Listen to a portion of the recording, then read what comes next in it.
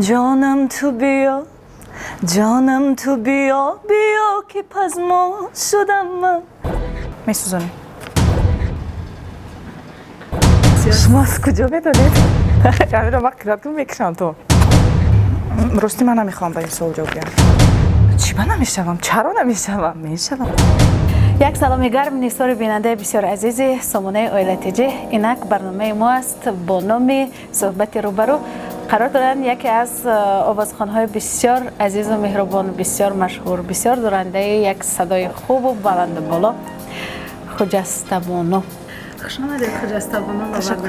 ما بسیار خرسند هستیم که شما دعوت ما را رد نکردید. برای شما من باید قاعده برنامه رو بفهمونم. برنامه ما از برنامه‌های دیگر شبکه‌ها به کلی فرق دارد.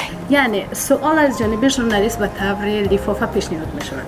شما امکان دارین که یکی از این سوال‌ها رو، یکی از این لفافه‌ها رو انتخاب بکنین و مطالعه بکنین. اگر برای شما سوال پسند نآید یا اینکه به عزت نفس شما برسد، امکان دارین که شما آن را علاوه بزنین. خب باشه. خب وقتی ما بسیار کوتاه هست، وقتی شما رو نمیگیریم و وقتی بیننده نیز بسیار کوتاه هست، مرحمت شروع میکنیم. باشد. اول سلام خود رو به تمام بینندگان یوتیوب کانال اویلا تیجی میرسونم. بگذار یک روزی خوش داشته باشید. خب من یکم بار مهمونی برنامه شما هستم. سلامت باشید. خب شروع میکنیم. من تیارم. آماده هستید؟ آماده هستم. پیش از شروع شدن این برنامه من بار دیگر عذر میخواهم که قاعده برنامه همین است، شرط برنامه چنین است. اگر رفته به عزت نفس شما رسید ما عذر میپرسیم و اگر به عزت نفس شما رسیده باشه شما میتونید که قرائت نکنید و اگر برای شما سوال پسند باشد برای من میدهید، من آن را قرائت میکنم. باشد. فقط هر یک سوال به اجازت و خواهش خود شما باشد. اون خوانده یا اینکه قرائت میشد. شروع میکنیم. شروع میکنیم. آماده ای؟ بله. آماده باشین بیننده ها. مرحمت. خب باید من انتخاب کنم؟ بله. اینجا من برای چی فرقی ندارد کدامش رو میگیرم؟ نه فرقی ندارد. شاید باشد اینش رو گیرم. اینو باید من باز کنم؟ بله. خودتان باز میکنید. داخلم برای خودتان مطالعه میکنید. اگر رفت سوال پسند آمد برای قرائت کردن یا اینکه بیننده آگاه شدن از این سوال شما میتونید که برای من راضی هستم با این سوال جواب دهم. شما میخونید؟ تشکر. سلامت باشید. مرحمت. توجه کنید. سوال اولی رو برای شما قرائت میکنم. اگر شوهر آینده‌تان شرط ترک کردن صحنه رو برای شما گذارد، خجسته چیکار میکند؟ ها میگوید، نمیگوید، قبول میکند یا این کار میکند؟ خب باشد. همون مردی که در زندگی من پیدا میشود از اول باید داند که من هنرمند هستم. من از خردی در مکتب موسیقی تحصیل کردم، بعد از آن در اروپا تحصیل کردم. شاید بگم که همین 27 سالی که من عمر دارم نیم زیادش رو من برای موسیقی بخشیدم و فکر میکنم که اون انسانی که من رو دوست می‌دارد یا میخواهد با من اویلا برپا کند شاید باید مانع کسب من نشود. صنعت این مثل یک راه قطار است، باید تنها راست به پیش روی. اگر که کج رفتی شاید موفق نشوی و فکر میکنم که اون انسانی که خواهد زندگی خود رو با من بگذراند باید مانع کسب من نشود، برعکس من رو دستگیری کنند. بله فکری من همین است.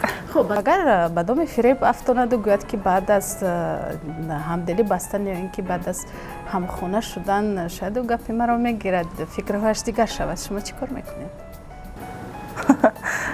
انا این سوال در اینجا نبود. اینو شما یعنی ما از قاعده بیرون. بله. خب بله. نه به هر حال من نمیخواهم صنعت رو ترک کنم، برای که من زیاد تلاش ورزیدم، از زیاد دشواری ها هم گذشتم و تا حال خود رو موفق حساب نمی کنم. برای موفق شدن من میخوام یک استاد صنعت شوم، یک سهم خود رو در جاده فرهنگ و صنعت ملت عزیزم بگذارم. خجسته جان. جواب انیق. جواب انیق.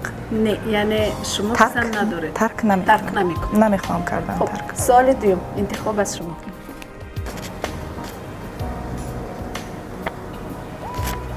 باشد.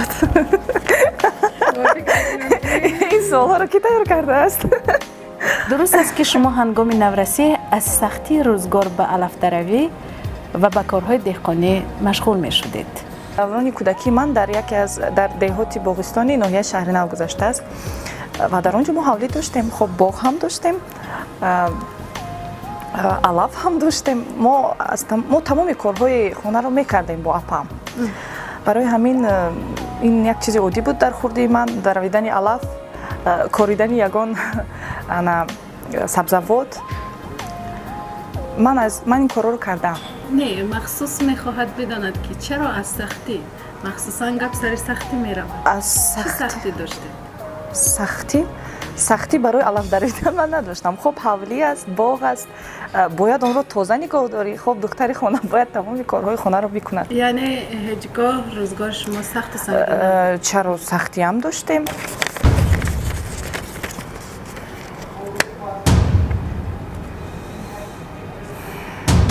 рости ман намехоҳам ба ин суол ҷавоб диҳам. шояд ҷавоб медиҳед. иҷоза аст ман расидаman. маълум мешавад ки ин ба эҳсоси шумо нохун зад. хоб бозам мехоҳам такрор кунам ки ба зиндагии шахсии ман дахл дорад ва зиндагии шахсӣ ин як чизи шахсии инсон аст. ман намехоҳам инро рӯи лаб гузорам. бигзор дар ҳамин лифофа пӯшида бимонад. бале бале.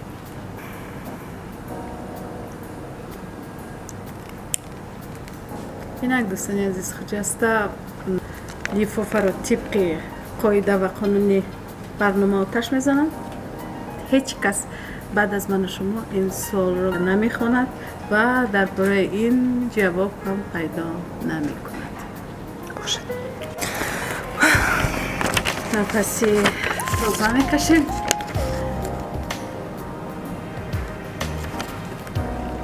яъне иҷозат медиҳед? бале бале бале.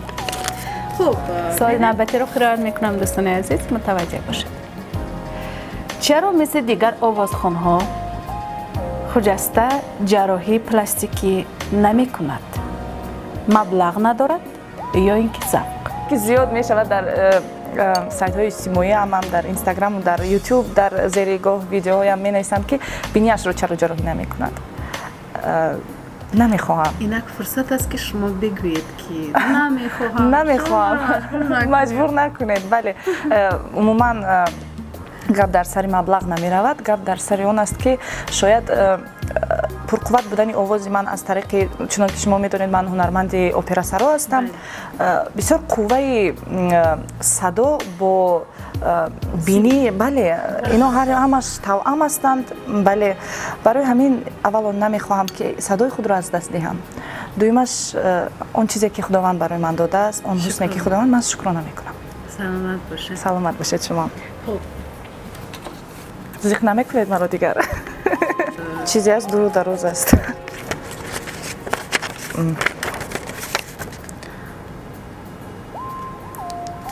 ин ба фикрам нома аст. бале. хоб нома ки бошад шумо бихонед. то ман қироат мекунам. бовар дорам ки инҷо сухани бад нест. салом, навистааст. ман ҷавонмарди 25-солаи ошиқ аз ҷиҳаи качкалтаи ноҳияи шаҳри Туз. ростӣ ошиқи хуҷаста, ҳамоне ки садои ширин дораду қаду қомати зебояш маро мафтуни ҳуснаш гардонидааст. мехоҳам бо хуҷастаи азиз акс гирам. мехоҳам тамоми дороиямро пеши пояш бигзорам, то ӯ бо ман дӯст шаваду дарди мани ошиқро бифаҳмад. агар камбағал намебудам, шояд хуҷастаро аз худ мекардам, вале тақдир маро даҳмарда намудааст ва айни ҳол соҳиби як дара гӯсфанд ва дар кӯҳу пушта сайру гашт карда мегардам. дар таҳти оҳангҳо ва сурудҳои хуҷаста худамро хушбахт ҳис мекунам. рамабонӣ мекунам. агар хуҷаста розӣ бошад, чӣ қадар гӯсфанде ки хоҳад, ба ӯ ҳадя мекунам. агар модарамро ба хостгорӣ равон кунам, бо ман оиладор мешуда бошад, мегӯяд. хуҷастабоно чӣ мегӯед? ва гуфтааст ки як суруди дигар барои ман сароянд, агар шумо розӣ бошед. ин мактубро навиштааст Насрулло аз деҳаи кашкартаи шаҳри Туз. дӯстони азиз, яке аз мухлисони ашадии шумо хуҷастабоно ки барои чоп кардан барои газетаи Оила ба рӯзноманигорҳои мо фиристодааст. хуб, Насрулло, салом. хуб, ҳатман акс мегирем. ман метавонам як имкониятаки кӯчакакро барои шумо диҳам ки хуҷастабоно як суруди ошиқона барои Насрулло бисароед. бошад, мехостам як 4 мисра аз он оҳанги шумо ба фикрам шунидаед, мастонаи ман ном дорад, аз он бисароям барои шумо, Насрулло. ҷонам ту биё, ҷонам ту биё, биё ки пазмо шудам ман, ранҷонда туро ёр пушаймон шудам ман, ранҷонда туро ёр пушаймон шудам ман, хандон лаби ёр, хандон лаби ёр, бе ту дилафгор шудам ман, бар шаҳду шакарҳоят харидор шудам ман, бар шаҳду шакарҳоят харидор шудам ман. саломат бошед. хуб, инак якам тавбашон болида шуд хуҷаста. бале.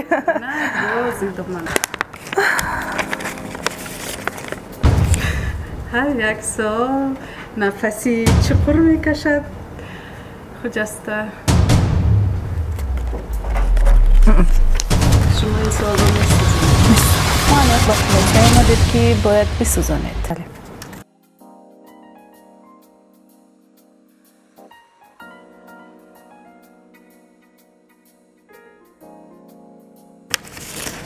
метарсам.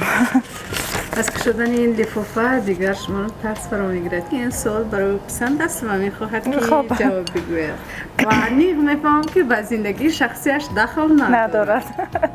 аз соби хуштомандшавандаатон пурсидед ки чаро шуморо келӣ накард?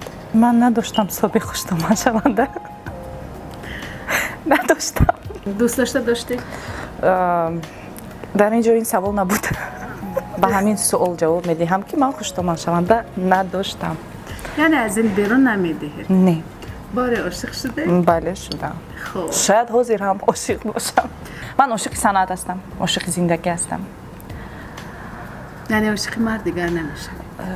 чӣ ба намешавам? чаро намешавам? мешавам. ошиқи зиндагӣ бе ошиқӣ намешавад. ҳар як зан бояд дар паҳлӯи худ як марде дошта бошад. барои ҳамин ошиқи шавҳаратон мешавад? бале.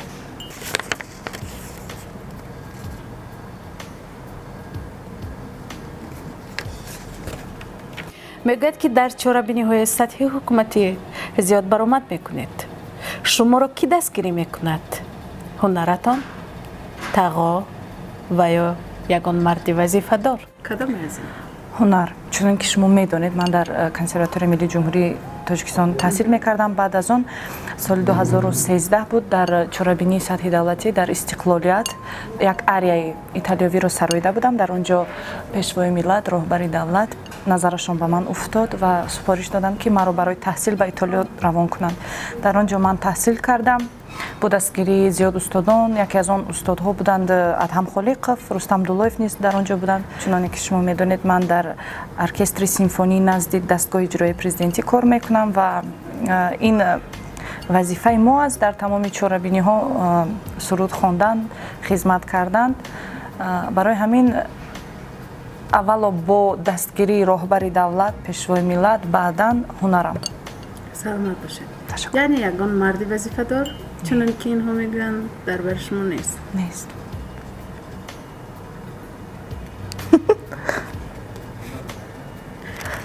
шумо аз куҷо медонед? ҳангоми наврасӣ дар ҷашни 50-солагӣ яке аз ҳунарпешаҳо ширкат карда ғазалеро аз китоби шоҳнома қироат карда будед. бигӯед, ин нафар кӣ буд? 6 сола будам. бо ҳамроҳии падарам ба ҷашни 50-солагӣ ҳунарманд, ҳунарпеша Раҷабгул Қосимова рафта будам. дуруст? дуруст. шумо аз куҷо медонед? дар он ҷо ман 2-4 мисраи аз Саъдии Шерозӣ хонда будам, ки он дар вақте китоби куллиёти гулистони Саъдии Шерозиро боз мекунед, дар он ҷо 4 мисра аст. ба чӣ кор оядад зигул табақе از گلستان من ببر ورقه گل همین 5 روز و 6 باشد و این گلستان همیشه خوش باشد. خجستبانو به این سوال خوشبختانه جواب درست دادن. هنرپیشه رجب گل قاسمی است، درست است. در جشنواره 50 سالگی رجب گل قاسمی و همراهی مادرشان و یک خواهرکشان بسیار مویکای کاکلکای بسیار زیبا بافیده شده بود. در صحنه بسیار یک شعر پرمضمون را قرائت کرده بود که من باید بگویم که یکی از تماشابین‌های اولین خجستبانو من بودم که من هم در آنجا می نشستم و حواس می‌خوردم که من هم کاری یا 5 سال داشتم یا 6 سال. بله 15 سال قبل 5 سال 16 سال قبل. بله. سلامت باشید. و از این در میاد که خجستبانو کودکیشان رو خیلی خوب در یاد دارند. بله پدرم به ما سپارش میدادند، وظیفه میدادند، ما وظیفه رو بعد از یاد میکردیم. مادرتان هرچند معلمه بودن؟ مادرم معلمه زبان روسی است. مادرم از دیگر طرف، پدرم از دیگر طرف. خب همین طور. سلامت باشید. سلامت باشید شما نیست. خب در جنبه باید باید که از روی قاعده برنامه من از شما بپرسم. به عزت نفس شما ما نرسیدیم. شما از برنامه ما کاملا خرسند هستید؟ بله. از تشریفتون یعنی پشیمان نیستید؟ پشیمان نیستم. این باری اول بود و فکر میکنم که در آینده باز نیز همکاری زیاد میشود. بسیار یک برنامه جالب بود. سلامت باشید. بیننده عزیز گرامی، اینک بود برنامه ما با مهمون امروزمون اوازخانی بسیار مشهور خجستبانو میرزاولی. خب تشکر میگیم به شما که تا این لحظه با ما بودید. خیر خوش نمیکنیم. برنامه‌های دیگری ما در شبکه اویلا نیز ادامه دارند. فکر و عقیده هایتان را نویسید و کدام هنرمند را شما در این برنامه دیدن میخواهید نیز آن را انشا کنید. خیر.